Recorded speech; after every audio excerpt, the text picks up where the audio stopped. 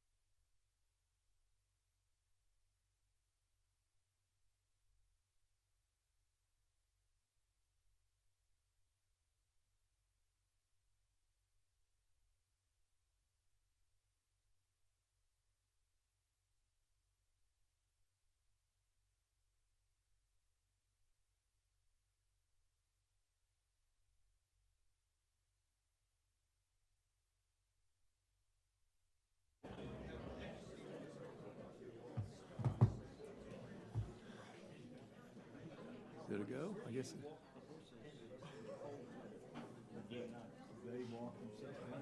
Did he say go, Neil? Yeah, I'm ready. He did? They come in the bar now. They laid I like- outside. They love the car. Big fans. If I could have everyone's attention, thank you so very much for being here. And again, we have a full agenda today, so we will get started. The first thing I'd like to do on our agenda is to ask Chaplain Leanne Franklin if she would come up. And I just want to mention something as you're coming forward, Leanne. 7:30 this morning, I was with several people out in that audience that works with JPS and JPS Foundation over on the east side of Fort Worth, and attending a community breakfast and some of the social stuff we do in this community.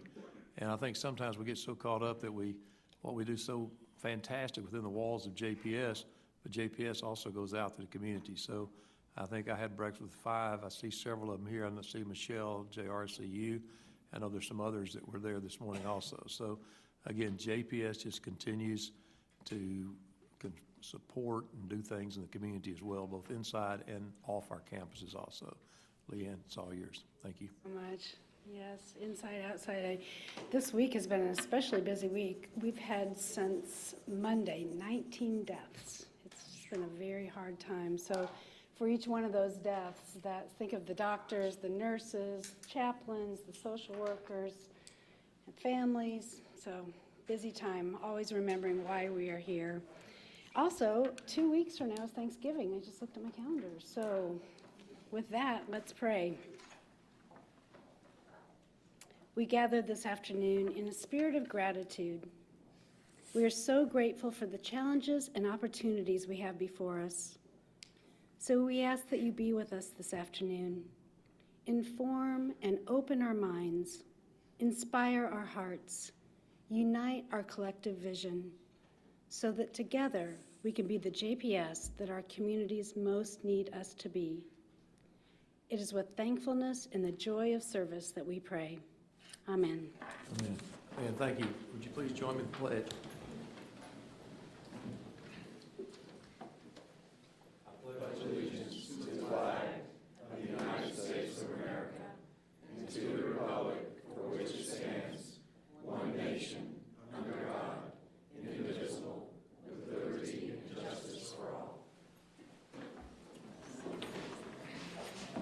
Anybody sign in, Robert?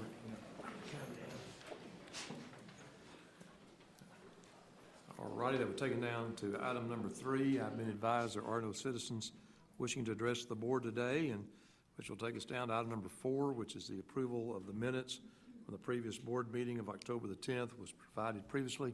If there's any suggestions or recommended changes, we'd entertain those. If not, I'd entertain a motion. Move approval. Mr. Bose on the motion, second by Dr. Weber. All those in favor say aye. Pass. Thank you. Board chair comments, and I'm going to make this a little brief because, Robert, I don't want to take away some of yours. But the first thing I wanted to say was this was Veterans Week, and this hospital, in my 3 years as chair, this hospital always recognizes our veterans. We appreciate the men and women throughout the JPS teamwork that have been veterans. As I said here today, I know as I look around this board, I might just take this point to ask this. If you're a veteran in this room, would you please stand? Whether on the board or in the audience, either one. Chuck, thank you. And I know Reverend Emerson is not here today, he told me, but thank y'all for your service.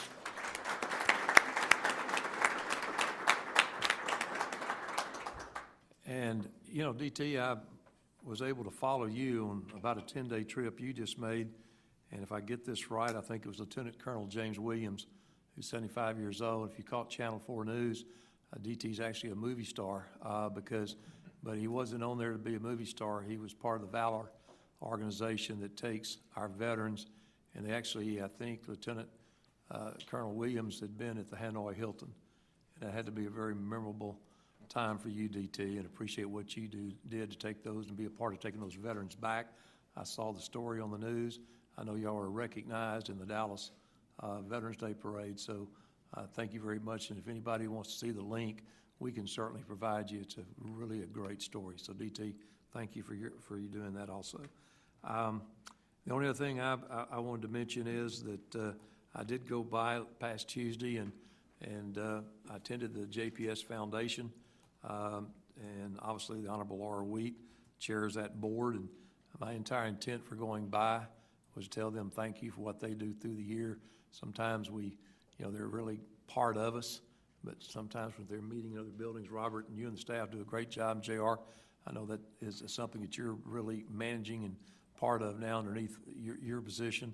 So again, I went by to thank them for all the work they've done this year in helping us. So as we get into the Thanksgiving time, there's a lot of need with the freezes, and we know the homeless and a lot of the people are needing our services, and the foundation steps up and provides that. So to the foundation board, I want to stop by and say thank you. So with that, we're kind of thinking about, I'll end by saying we have Thanksgiving coming up. As Leanne indicates, it's hard to imagine 2 weeks ago, is away. this year, just a year ago, we had just kind of been elated that a certain bond package had passed, and I think this has been the first meeting after the bond package, and we were all, wow, here we are a year later, and we're talking about Thanksgiving again. So again, appreciate everything everybody does, and Robert, that's mine. I know you want to also mention something about what we do for our veterans here in the organization.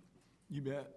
Thank you, Mr. Chair. CEO report, we did and have a Veterans Day breakfast, which is an actual really powerful ceremony.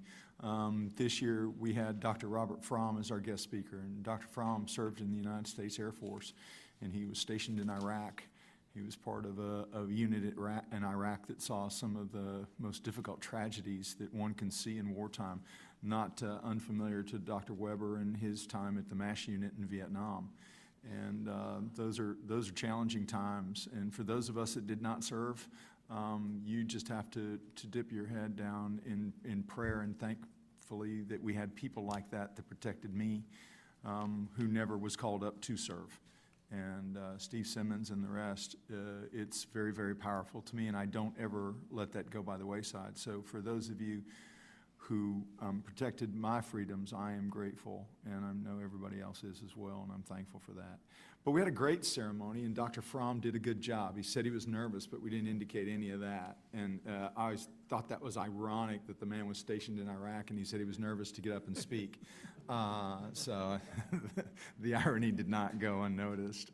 But super, super guy. And at some point, we'll have Dr. Fromm and some of our other chairs come by to meet you all, because we have some of the best chairs and just really good people, aside from what they do at JPS and saving lives. That's what they do outside of that. To those in the audience, I too will not probably see you all before Thanksgiving, so I wish you all the very best. I hope you have a great Thanksgiving and you have time with family and friends, and whatever business you're in, and I'm not assuming that any of you are in the contracting or architectural or consulting business, I hope you will take some time away from that and just have family time and do whatever it is that is enjoyable for you, whether it's cooking or eating, and do it with loved ones. I have the great luxury of being thankful every day because I work with some incredible people. The executive team is one that I would stack up against any. The 6,700 employees that we have here, you're not going to find better. And it always excites me when people recognize the executive team outside of our own. Pia Walker was selected as the 2019 Individual Diversity First Leadership Award winner. And there was a major ceremony at the Hyatt Regency. I'm really excited. The only thing that doesn't excite me is the Hyatt Regency is located in Dallas and not Fort Worth. But it was a wonderful ceremony. Bill attended that with Pia on the 24th of October.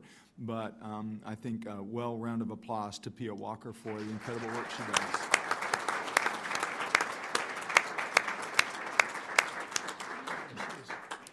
Pia, thank you for all that you do. And our Veterans Day ceremony was put together by Michelle. Michelle Greenford has done some amazing things in her role as our diversity and inclusion officer, but she also does events like our Veterans Day. And at that event, not only did Michelle orchestrate a great event, but we had Tricia Elliott, who sang the Star Spangled Banner. And if you want to hear somebody sing, you should hear her, because she is really, really good. And she gave us a rendition that was powerful and moving, and very different than the way most people sing it. You could understand every word she said, because most people just slur a lot of the words together, because I don't think it was a song written to be sung well. But when Tricia Elliott sings it, it is really good. And so she rocked this room with her rendition of the Star Spangled Banner.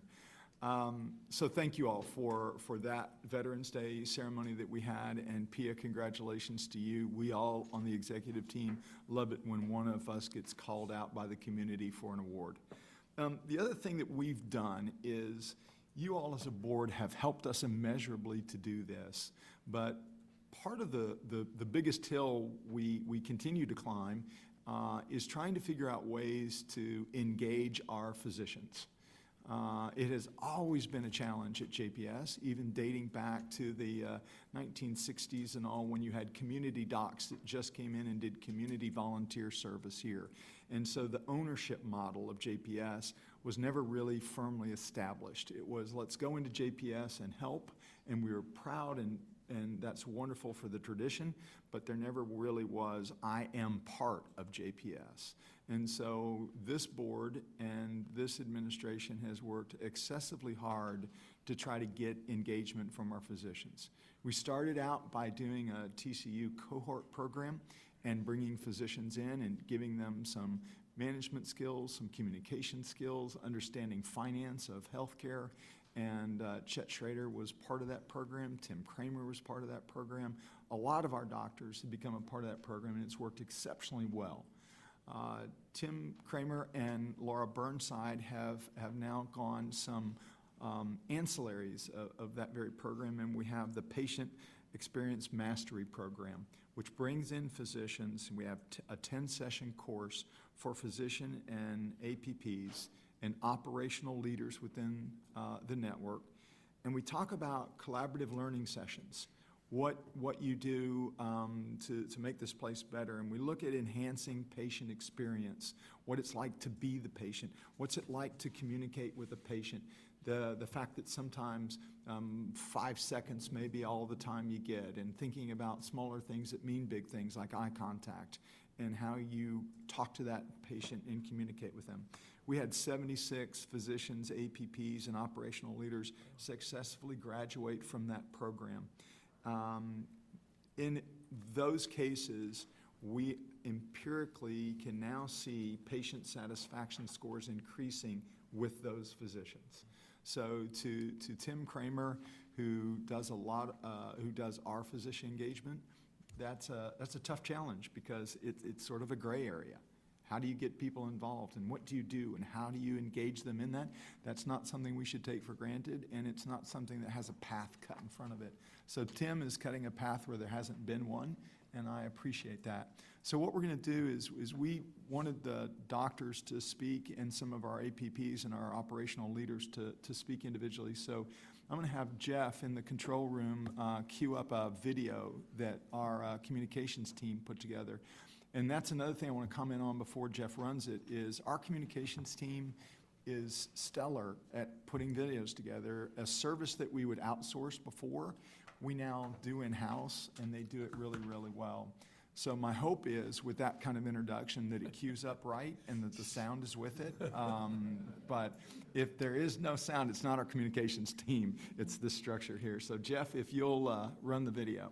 We know the ones at the talent show. It was light, it was life-giving. Brings us all together as a team. The way you sit in your chair, writing notes in front of them. It's reignited the passion, it's reignited the excitement of taking care of patients. And we do that well at JPS. So the Patient Experience Mastery course is an innovative means by which we can pull together our community of providers and clinicians. It galvanizes the trust. It allows us to work together to find best practices and new ideas to convey pearls of wisdom and skills and tools that we use to improve our patient care. We look at the needs of the patients from their perspective, and we talk about better ways to listen and better ways to connect. It really helped me retrain my thinking about every patient experience that I had. It was more introspective, it was light, it was life-giving. you as a human being. I didn't expect to learn more about myself and how I approach people and how I come off to people and really think beyond patients, beyond patient care. I think all of us come to work every day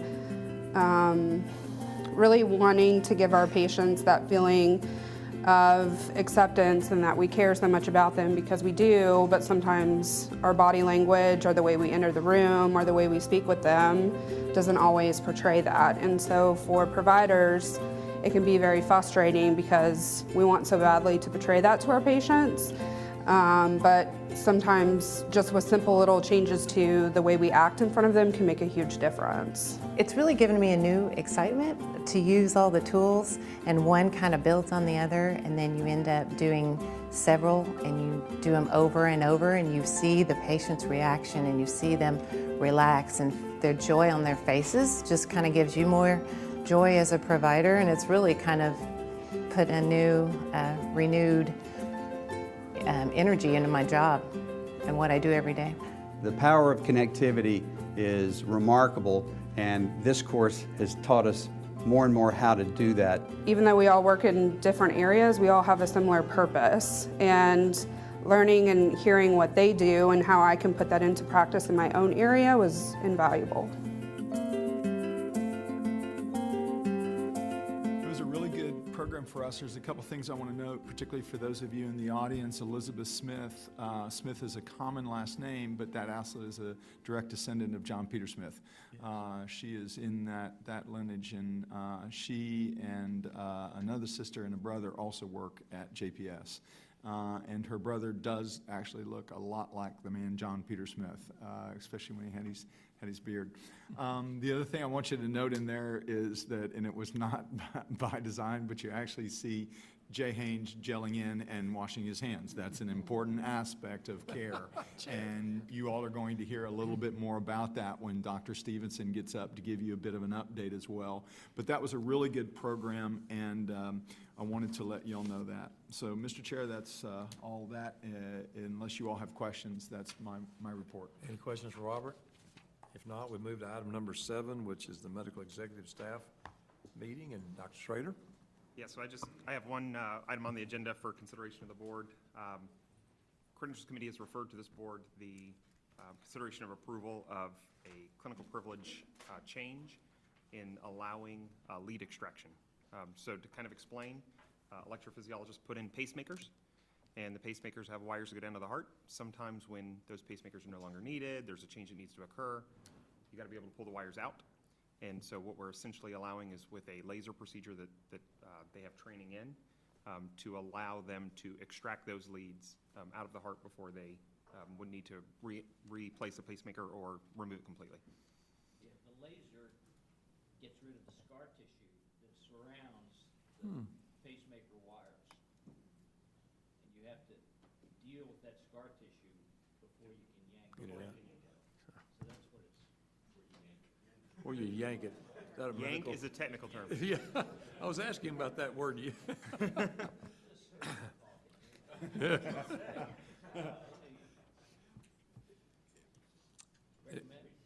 I was like, any questions, Chad? If not, I've got a motion from Dr. Weber, second by Dr. Simmons. All those in favor say aye.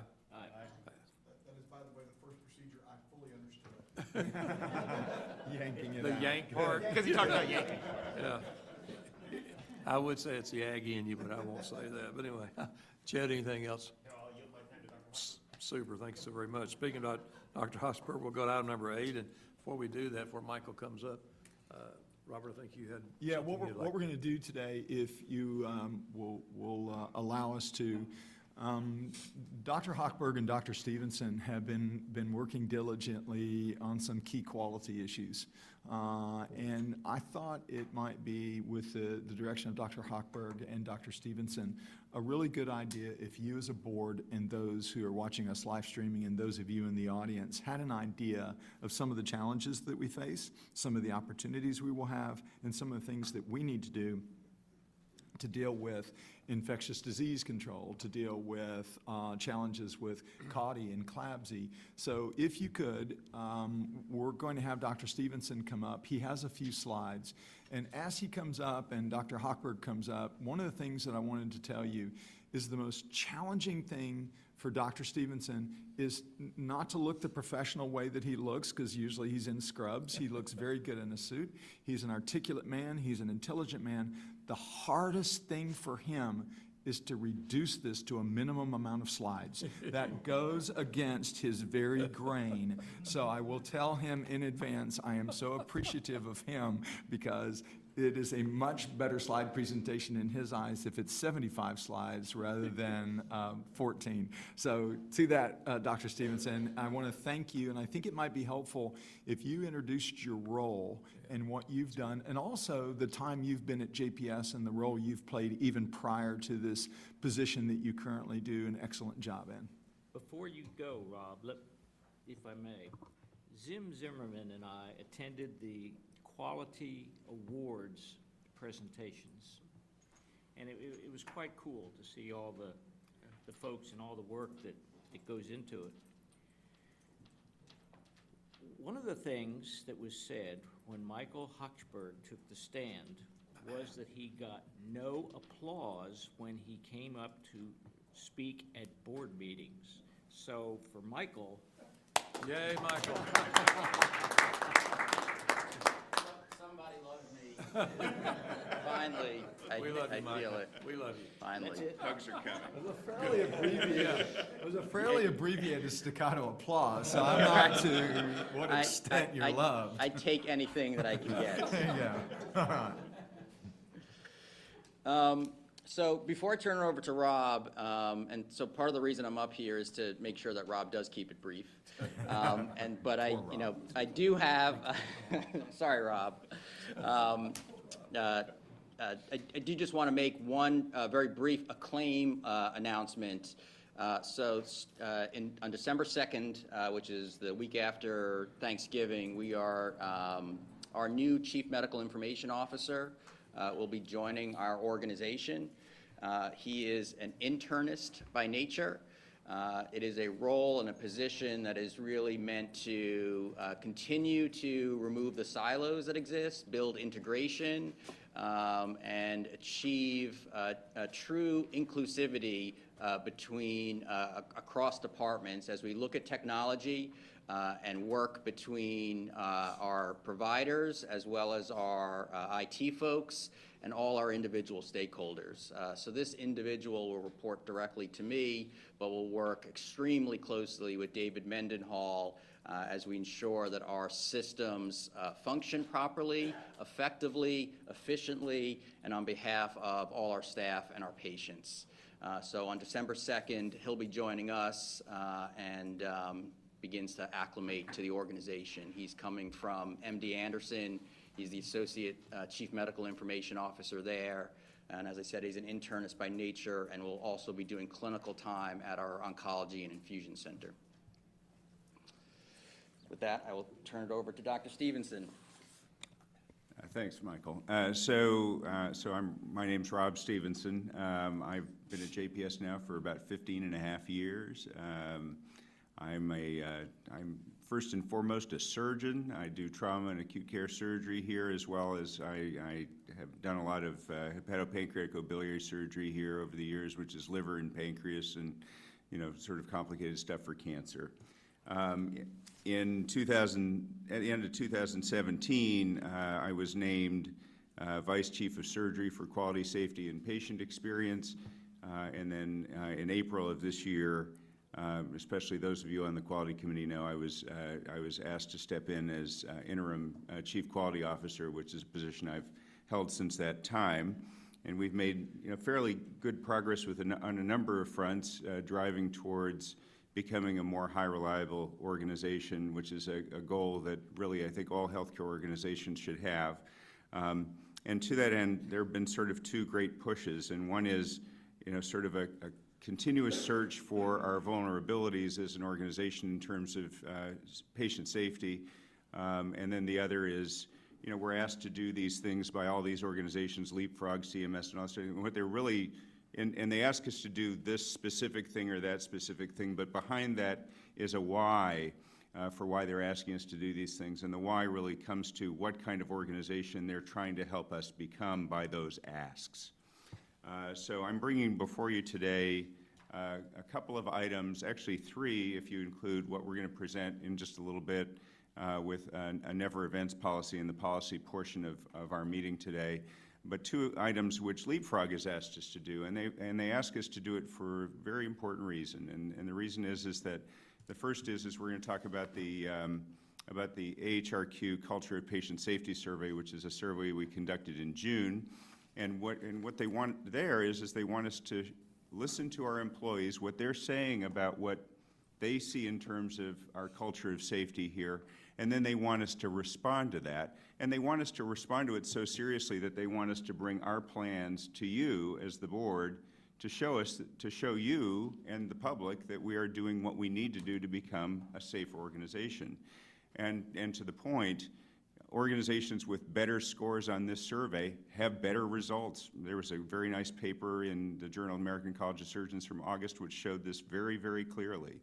And the second is we're supposed to bring you our results and plans in hand hygiene. And so we'll do that also. This won't take very long, neither of them. But the second is that in terms of infection prevention, there is nothing more important to do than wash your hands. Nothing. And we've known it since the early part of the 19th century. We're still having to learn it every day today, and I wanted to show you our plans on that. Can I have the slide? Oh, there we go. Great. So the first, we'll begin with the AHRQ Patient Safety Culture Survey. So we ran this for 2 weeks in June. It's designed to help us assess how our staff perceive various aspects of patient safety culture. We ran this survey through NRC, and the last time we ran it through NRC was 2015, so we have a comparison, apples-to-apples comparison from that survey that the company was able to help us with the analysis. The thing that's really, I think, shocking to a lot of people at JPS, because our culture, the spirit of JPS has developed so much over the last 4 years, it's a bit surprising to people that the results on this particular measure did not change very much over that time period. And I think that is something that we really need to give our attention to. The one really good piece of news on this is that our employees and physicians really turned out and answered this survey. So if you have a survey response rate, according to NRC, of about 30%, that's a legitimate survey. We really went well beyond that. 47.2% on the hospital, 60% on the employees, and our physicians, remembering that many of them don't come here very often. We were right around 30% with our physician response rates, so this is really good information. As far as the results, there are some things to really focus on here. The top 3 boxes, and then we're not going to be able to come up with the right plans to improve. If you look down at the bottom, we have made some improvements. As you can see, people feel like the team works well, they feel integrated, so that's a good measure of where that overall culture has moved. But in terms of that feeling that they can really let us know what's going on, there is definitely some hesitancy that we're seeing. And then the survey also included a whole host of comments from our employees, and here are some of the major themes. They feel that we're a reactive rather than a proactive organization. In other words, we wait for something bad to happen, then we jump all over it. But in advance of that, we aren't looking at our processes, in their opinion. They, again, feel concerned about whether they may face retribution for speaking up or making errors. They don't know what happens when they make safety reports. They don't get feedback. We heard from a lot of our employees that they don't feel personally safe in our environment. A lot of comments reflected the challenges of managing a large behavioral health population in the setting of the acute care hospital. And that goes to having their techs pulled to be sitters, and that makes them busier and makes them feel like they're running around. Poor and inconsistent handoffs and handovers, and then the challenges of ED throughput, which are very significant here as well. So we spent several months coming up with a series of robust action plans to address these things. One is to move towards what is referred to as just culture, where we break down those barriers that seem to be preventing our employees from coming forward with the things that they see and know. We're training them. We actually have just finished training roughly 10% of our employees, including nearly all of our leaders, in failure modes and effects analysis training. So that for those who've been involved in high reliability industries, this is a commonly used technique to evaluate processes and look for the ways in which it can fail, assign severities to those risks of failure, and address them. We're completely reforming our events reporting system, and David Mendenhall and the IT team have been very instrumental in getting this plan going in terms of reforming this. We're continue to explore ways to better communicate our action plans and quality improvement efforts to our entire team members. We've got a very robust workplace violence program launching almost right now, actually, along with some very significant improvements in how we respond to patients with behavioral health issues in the acute care hospital setting. We've expanded the sitter pool. Our nursing team has already gone way out ahead to reinvigorate handoffs and handovers, and we now have how many projects on throughput? 20-something. 20-something. And growing. And growing, to address the challenges of moving our patients through a system which can't grow larger at this time. So this is what we're doing with these survey results. So I just want you to know as the board that we have our eyes on this in a very serious way, and that we expect to do everything we can to make this improve. The comment that I would make about this is when Rob was installed as the Chief Quality Officer in April, and I was installed as the Chief Clinical Officer at the same time, none of the results that came out of this survey were surprising to us. As we went about and did our listening tours and talking to individuals, we recognized that there was a great need for us to become much more proactive as an organization. And that's where many organizations are moving towards, to identify risk and vulnerabilities before they occur, and at the same time ensure that there is an appropriate forum for our staff and our employees to speak up about the issues that they see, and that when they do raise those issues, they feel it's done in a safe and effective environment where we also close the loop. So if they raise an issue, we go back to them and make sure that they know that they have been heard, listened to, and we are appropriately addressing it. So these results, not surprising. We'd already begun to put a lot of the action plans into place. And so when I look at these results, yeah, we would absolutely love to, to not see that only our 50+% of our employees feel like it's safe. But I do view it from the positive in the aspect that they felt comfortable, even on this survey, though, to raise that they felt that they weren't fully in an environment where they could speak openly.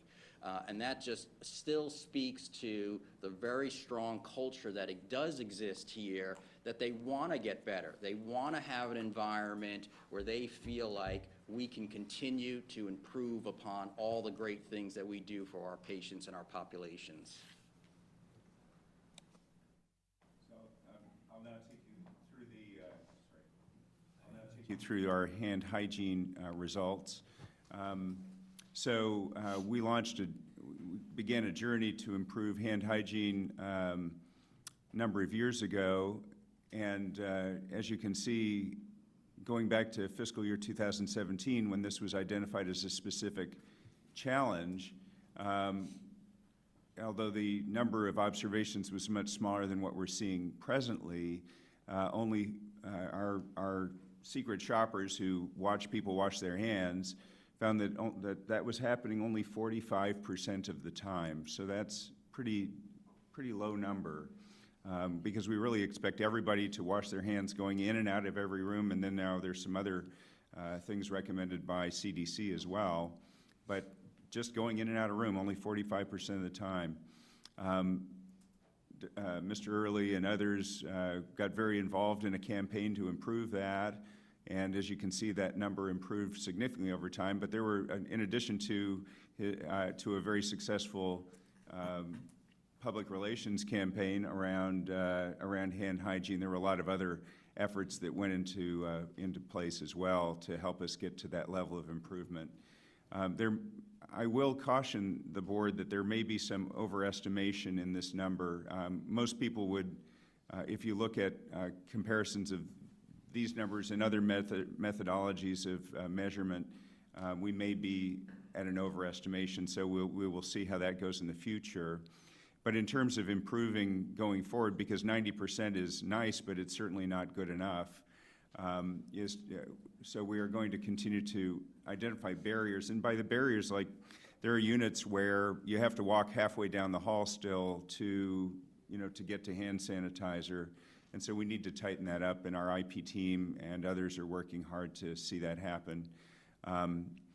But we also need to continue to re-educate our staff, especially as CDC continues to modify its recommendations for this. And probably most importantly, we need to re-educate the hand hygiene observers so that the data that we're getting is really reliable data, which is still a bit of a concern. Any questions or comments? Okay, that's what I have. Rob, thank you very much. I wanted to have Dr. Stevenson and Dr. Hochberg have that presentation to keep you guys up to date with where we are. And that's an ongoing process. That's an everyday process. And so we will keep you up to date. We will run it through the Quality Committee, and the Quality Committee will have that information. And we will keep a steady hand on that. Rob, thank you very much. I appreciate your time. Michael, thank you. Rob, Michael, anything else? Good. Thank you very much for a great presentation. Yeah, Rob, that was for Dr. Stevenson's that's presentation. Don't get carried away, Michael. Yeah, anyway, Rob, thank you very much for the presentation, which brings us to agenda item number 9, which is our reports and committees. The first one, as you may recall, on October the 10th, I had the pleasure of appointing a nominating committee that would report back to this board today. That committee was comprised of former Chairman Ralph Emerson, former Chairman Trent Petty, and Amanda Arzola. And they met, and I received an email from Ralph. I know he could not be here today. And Trent, I will turn this over to you at this time. Yes, sir. Thank you. And Ralph does extend his apologies for not being here. Thank you, Mr. Chairman. We have met and have had, I think, great results from the nominating committee. I will tell you that anytime anybody serves as an officer for our organization, it's a demanding role. And when you get into an officer position, you realize that it's not always as evident as maybe you think it's going to be until you get in it. And I think JPS has had an incredible history of officers that have been willing to serve.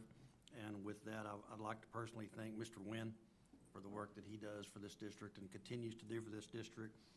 DT removed his name from consideration for the list today, and certainly respect him and his reasons for doing that, but also want to extend to him our thanks and tell him that we don't give him a break on this. He still has a great deal of work to do, and we plan on him continuing to do it. So with that, I can tell you that the nominating committee recommendation for chair will be Dr. Chuck Weber, Vice Chair Dorothy DuBose, and Secretary Roger Fisher. And I'll be happy to answer any questions, Mr. Chairman. If there's not any questions, I've got certain procedures I have to go by here, so I'll just say, first of all, I'll come back and thank the committee in a moment, but we now have a recommendation from the nominating committee, and therefore it comes as a motion from the nominating committee through Trent, so no second is really required. But before the board votes on the nominating committee's recommendations, I'm required by Robert's Rules of Order to offer an opportunity for any nominations from the floor for each officer position. So I have to go down each one of these, although we have recommendations. So I will ask the first, are there any nominations for chair other than those as presented by the nominating committee? There being none, I will move down and say, are there any nominations for vice chair other than those, other than that recommended by the nominating committee? There being none, is there any other nominations for secretary other than as presented by the nominating committee. Can we get anybody other than Roger? I'm sorry, sir, I'm not. Yeah. We actually thought it was afraid we were going to be you. Yeah. So Yeah. we feel a whole lot better. Yeah, I'm sorry, Mr. All right. Mr. Montgomery's a former, I'll as a stick former with chairman, I'll nominating just say, you as a former chairman, I'll say that I'm not able to answer that question, but there not being any other nominations from the floor, I will definitely then call for a vote as a recommendation of the nominating committee at this time. All those in favor of saying aye for the slate as presented, please say aye. Aye. Opposed, no. Again, thank you so very much for the. Doug, congratulations. Dorothy, congratulations. And yeah. Anyway, well, great. Again, Trent, again, to you and Amanda for being here. Thank y'all for the time. Y'all serve on various other committees. And I got an email from Ralph and thanked him yesterday. So thank y'all very much for that. Which brings us to the committee number B, which is the Finance Committee. And Mr. Montgomery, I think you'll give us an update for the 24th. Yes, sir. We, Finance Committee had a wonderfully run meeting on the 24th of October. I don't know why Dorothy laughs every time I say that. Well, we were there and we laughed during the meeting. We were just trying to remember who chaired it. No, we had a great committee meeting. We forwarded a lot of, several contracts for the board's consideration. Sharon gave us, she's about to do it again, financial summary update, but it included the entire fiscal year from last year because it was through the end of September. So I think she's going to give us a quick overview right now. Yeah, this is my pleasure to give you the year-end results for fiscal year 19 once again. We do close our year on September 30th. It's not a calendar year, so this is the full 12 months. And at this point in time, we expect this to be the final. But I think one of the more important numbers on the screen, I can't do it.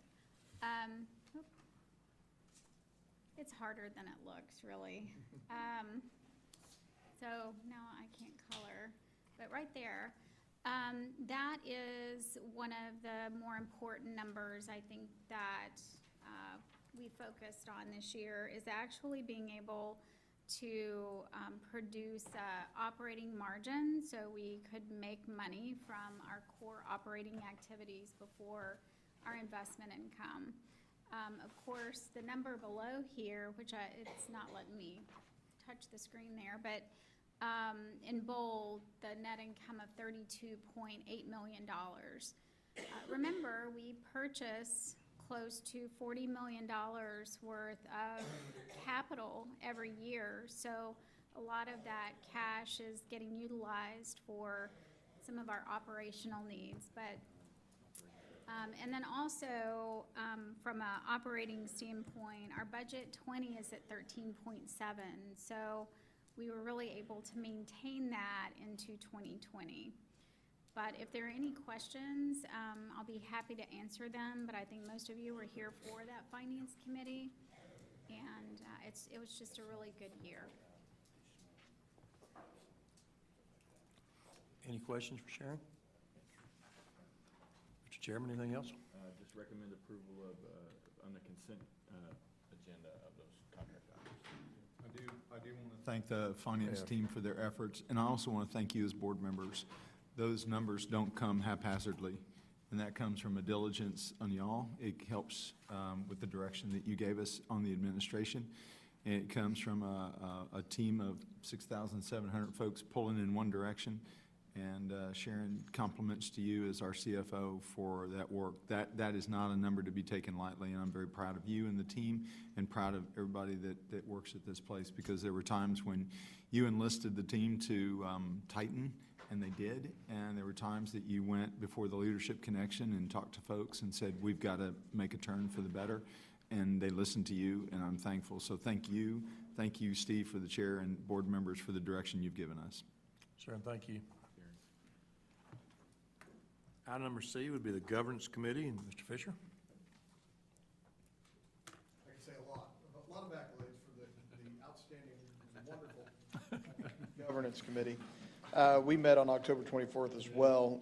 Items 11, J, and K are in the consent agenda, dealing with the Code of Conduct and Business Ethics, as well as the renewal of the Internal Audit Charter. We also discussed, and we'll bring up in the next governance meeting, formal orientation for new board members, and as well as how how all board members will satisfy the requirements of the ethics policy when it comes to kind of continuing education. So we'll work on that through governance. Any questions for Roger? And again, I want to thank Zim and Amanda, because there had not been as many new board members in the last few years. And with y'all coming on the board, it was evident that we probably need to expand the onboarding of new board members to the district. So thank y'all for y'all's comments, and we're going to leave that in governance and come back with a full policy on how we do that. So appreciate y'all's comments. One other item, on that. Mr. Chairman, there was some question as to a claim and how they deal with the new business code of ethics. They have their own code of conduct, which also requires attestation that they got the JPS code of conduct as well. Gotcha. And that's checked annually. Super. All right. Mr. Chair, I'd just like to make this comment. I've been in 2 buildings in my life that I could get lost in a heartbeat. One of them is the Pentagon, and JPS holds the honor of the other one. Probably coming in at number 1. I do understand. I don't know that our new orientation package will go the full length for you, but we'll try really hard to get the proper directions for you. He needs a JPS locator. Yeah. Yeah, exactly. All right. Thank you very much, Roger. Trent, obviously planning was very active with a lot of robust discussion, but you might want to update us on the November 7th. Thank you, Mr. Chairman, and this was a joint board and planning committee, and the item was to consider the RFP. There was a lot of good feedback received on the RFP. It was ultimately adopted by the planning committee and the board, so it doesn't have to be voted on today, but it was forwarded to the county commissioners court for their consideration. So at least for now, I think we have that piece behind us. Yes, sir. So won't that come back to us? No. No, our recommendations. If there's any changes? It will go to the commissioners court and they'll make their changes. I don't think it comes back. So, Trent, I think there's a lot of work put in on that with that committee and with you dealing with downtown. Robert, I know you and the staff were involved, but we, if y'all remember the joint meeting we had with the commissioners court, it's a pleasure and I'm proud to say that this board and this staff, we met the required time parameters they put on us at that time, Robert. So good work on getting that done. Trent, thanks for your leadership on that. Item number 10, other matters requiring board discussion. I believe that Ms. Labby's fixing to be attending a lot of tax increment financing for us, but I'm gonna let you run down each one of those, but you just wanna. Yeah, these are the tax increment financing district board appointments, and those will, we'll have J.R. Labby serving on those from her community outreach aspects, and she will serve in those capacities. So she will be attending those, and if there are items that come before those committees that need to, those increment zones that need to come before the board, she will appropriately bring them to the board. If there's any decisions or vote taking of anything that would affect the hospital district, it will come before the board and for discussion. Great. I'm advised we can take this in one motion, so I'd entertain a motion for JR to be appointed to those boards. So moved. I have a motion by Mr. Montgomery, second by Mrs. DeBose. All those in favor say aye. Opposed, no. Thank you very much. Mr. Chairman, Yes. I'd just like to make one comment. I don't know what JR did to make y'all mad at her, but having some experience in the TIF committee organization and whatnot, that's a very time-consuming and a very complex and sometimes very political and emotional event. So I reach out to JR and say, we're sorry for anything you're about to go through. And if I can be of any help, let me know. Well, Thank you, Zim. she has 4 or 5 hours a day still available, so we thought we'd just load her up for that too. Point well made, Zim. Item number B, and Dr. Stevenson, I'd have you come back up and present item number B.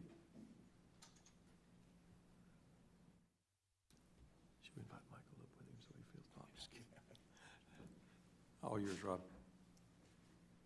Yeah, thank you for the opportunity to present this. So, of the three things that we needed to do to qualify for all of the patient safety practices, all the safety practices that are required by Leapfrog, this is the final of the three. So you've heard the first two, which were the two items I presented to you earlier, and this is a never events policy. This is a very high-level policy. It's essentially prescribed by AHRQ and Leapfrog. What's in it is what has to be in it, nothing else. And we've set it up as basically a series of commitments that we have made to our patients and their families and to the process of dealing with these kinds of events. Following this, obviously, following this approval, we will have to operationalize this with a variety of procedures to make it possible to actually implement these things. But these are our commitments. If we were to have one before we have all the policies together, the procedures together, obviously we'll have to pull together a high-level team to make sure that we get the response right and we keep our commitments. Super. Any discussions for Rob? If not, I'll entertain a motion. Have a motion by Zim, a second by DT. All those in favor say aye. Aye. Opposed, no. Thank you. Rob, go ahead. Sorry, I think it's the next item, right? It is. So I'll let you. Item 10C, go ahead. Yeah, so the second item is an annual reapproval of our infection control policy. There are some minor changes in that the written out, some things that were written out were replaced by abbreviations because they were repetitive in the policy. Otherwise, there's no substantive change. Any discussion or any questions for Dr. Stevens? If not, entertain a motion. Have a motion by Mr. Montgomery.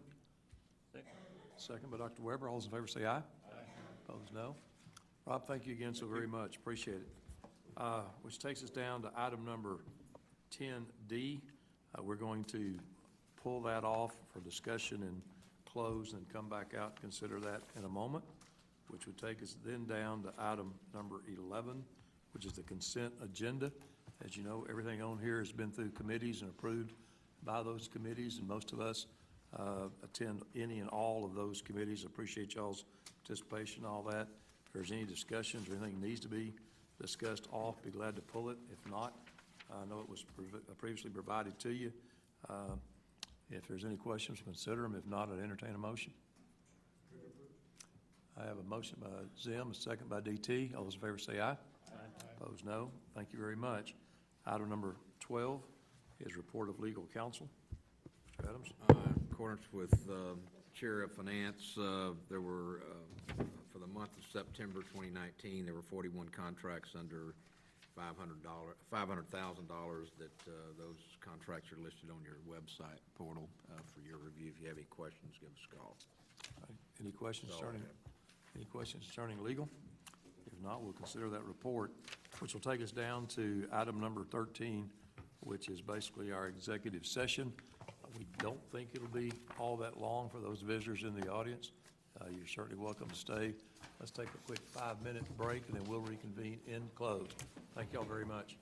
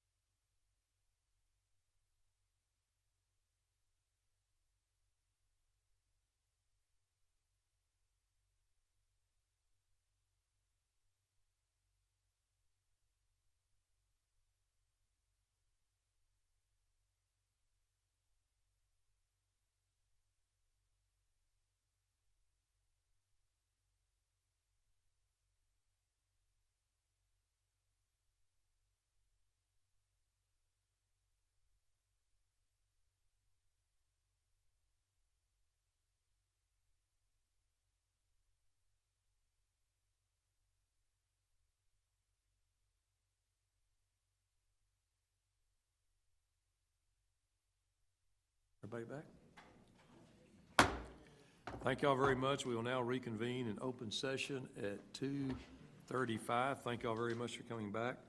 I'd like to back up on the agenda to item number 10D, approval and authorization to engage Lanier Law Firm as legal counsel representing us with the, basically with the opioid issue. So if there's any questions or discussion, we can have those at this time. If not, I'd entertain a motion. I have a motion by Mr. Montgomery. Second by Mr. Zimmerman. And Suzanne, that motion will reflect the resolution that I sent you, okay? Okay. And that's in your agenda. That's okay? it. Mr. Montgomery is about to say that. Okay. So we have a motion second with that, because we know you have certain legal things with the state you need to resolve. One little English change I'd ask Neil to make in a sentence. Okay, I'll get with you. I'll get with my Michigan friend to correct me on my English. Okay? Now having a motion and a second with everything else, Of English. and with the amendment and with the proper English, do I have any other discussion at this time? If not, I'd call for a vote. All those in favor say aye. Opposed, no. Thank you very much.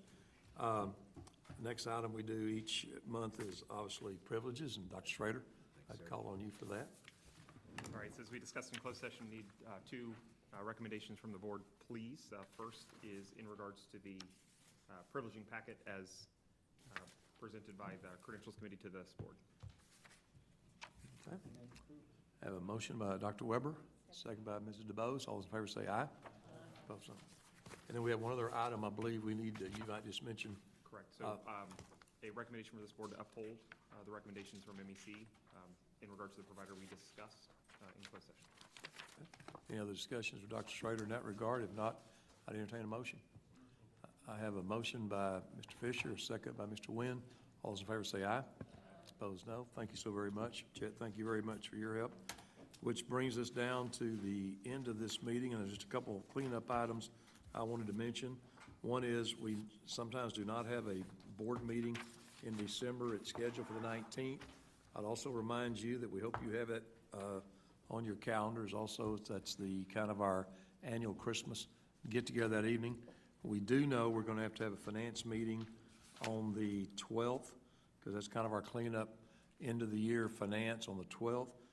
Chuck's advised me, although a quality meeting was not scheduled for December, there's one or two items. No, I think Rob took care of that solved that. Okay, so that, and so our thoughts are governance is scheduled for the same day on the 12th right now, other than possibly orientation, which you got some time on, whatever, but we're going to kind of key ourselves toward the finance meeting on the 12th. If you'd mark your calendars, we'll probably make that a joint meeting. That way, if there's any other committee items that need to kind of come together, that we can do that on the 12th. So if you at least mark your calendars, and Suzanne does a great job of, and we'll make sure we get it confirmed out. But if you'd put the 12th down, that way we can take, and you know, and finance is always such a fun, you know, you'll be in a very festive mood, I feel quite sure, for the holiday spirit. But anyway, please mark your calendars for the 12th. We open this meeting by thanking our veterans. We'll end by saying the same thing. Thank you for your service. If there's no other business to come before the board, we stand adjourned. Thank you.